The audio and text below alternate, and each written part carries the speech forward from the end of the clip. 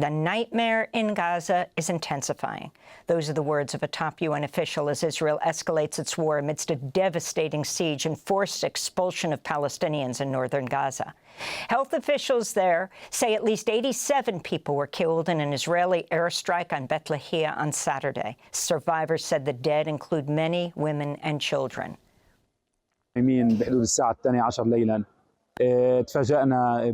We were asleep around 12 a.m. when it suddenly felt like an earthquake hit the area.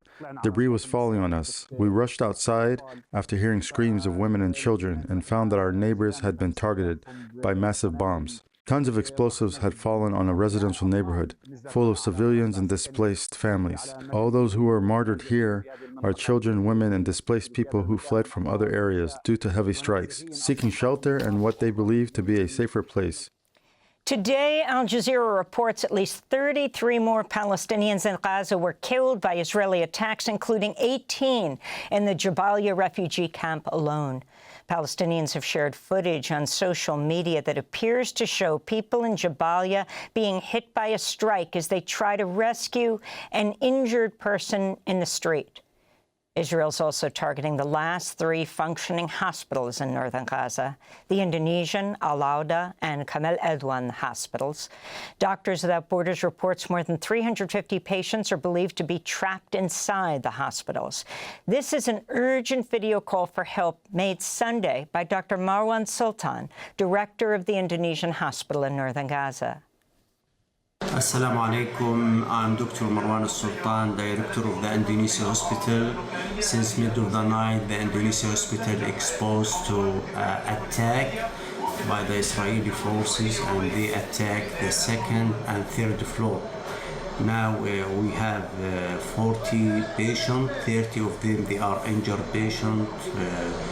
There is some of the patients, they are very serious and they need oxygen and they need critical care. So the light, electricity is off since midnight, and the medical staff, they cannot make the generator on because of the a lot of attack and a lot of danger. So we are calling you to make the medical staff and the hospital safe. Please, our brother and sister, or the humanitarian societies, urgent call just to please help our medical staff and the injured people. Dr. Marwan Sultan is the director of Indonesia Hospital in northern Gaza, speaking to us from there.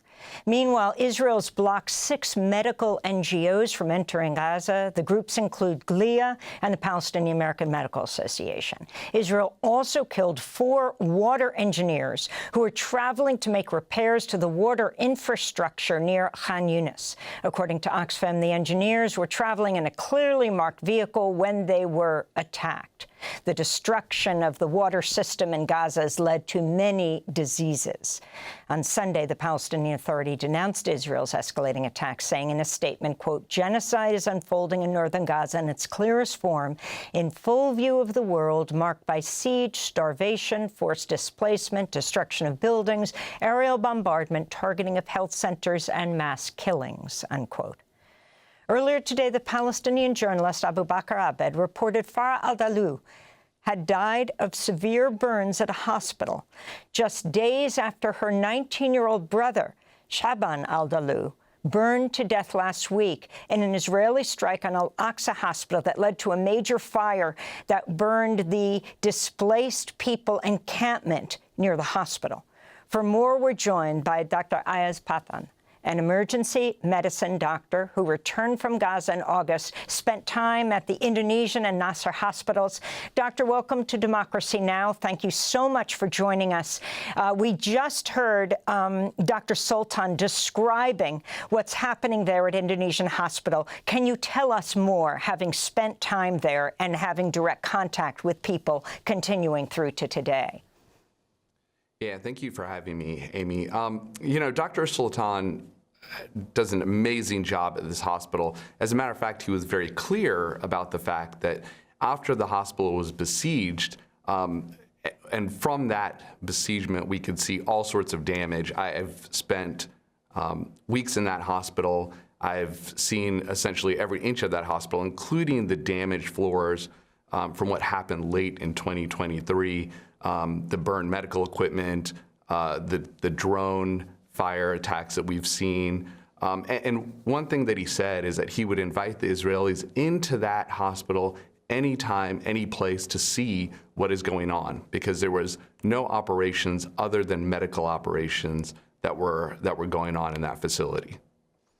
So if you can talk about the conditions and the number of women and children in this hospital, what the siege over the last weeks of northern Gaza means, and particularly in these three hospitals. You've spent time in one. Yeah, absolutely. So, you know, what I found during my time there, and this is identical to the stories that you will hear from every healthcare worker that is both there or has traveled there, is that the types of patients you see essentially represent the population. And so when we talk about the Strip, we talk about a population which is about 50% children that are high school age or younger. And so everyone's experience is that you find a lot of children, you find a lot of women, and absolutely, are there men there? Completely.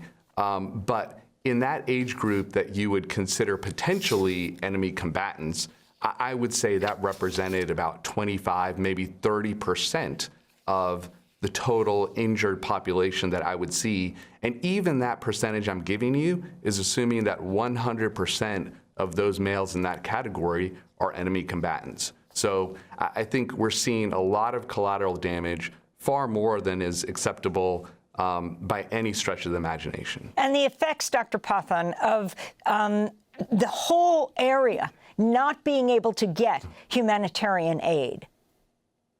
Yeah. So even when I was there, it was quite a challenge. Food insecurity was a huge issue. I was able to go to Kamal Adwan Hospital, which you had mentioned, and see their malnutrition clinic. I myself, who had privileged rights to food, lost about 13 pounds in about 2 weeks there. And now you can only imagine what people over months and months have had to deal with over there. And that's only the food issue. Now talk about medications.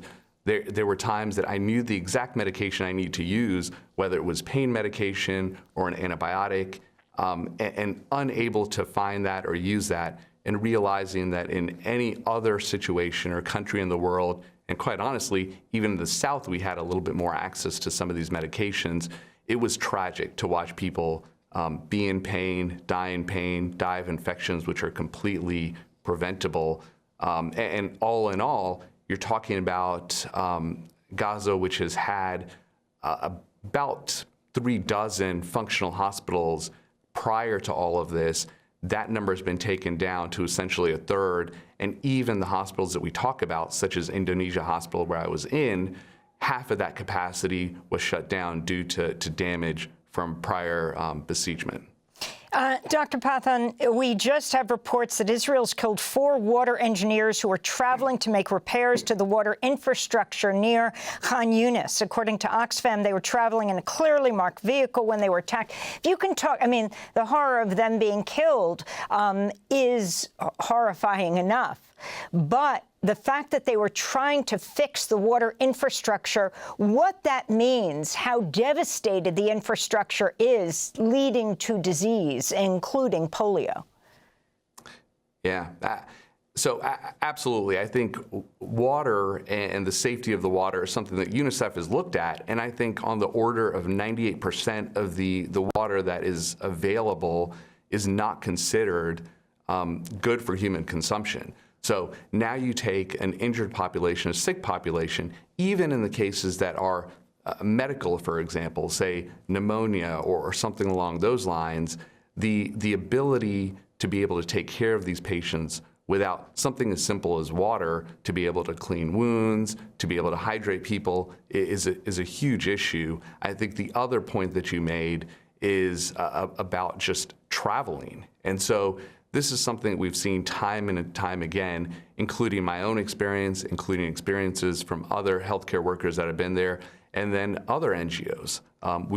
World Central Kitchen, we've seen the United Nations World Food Program, being targeted despite being in vehicles that have been given permission to travel and are clearly marked.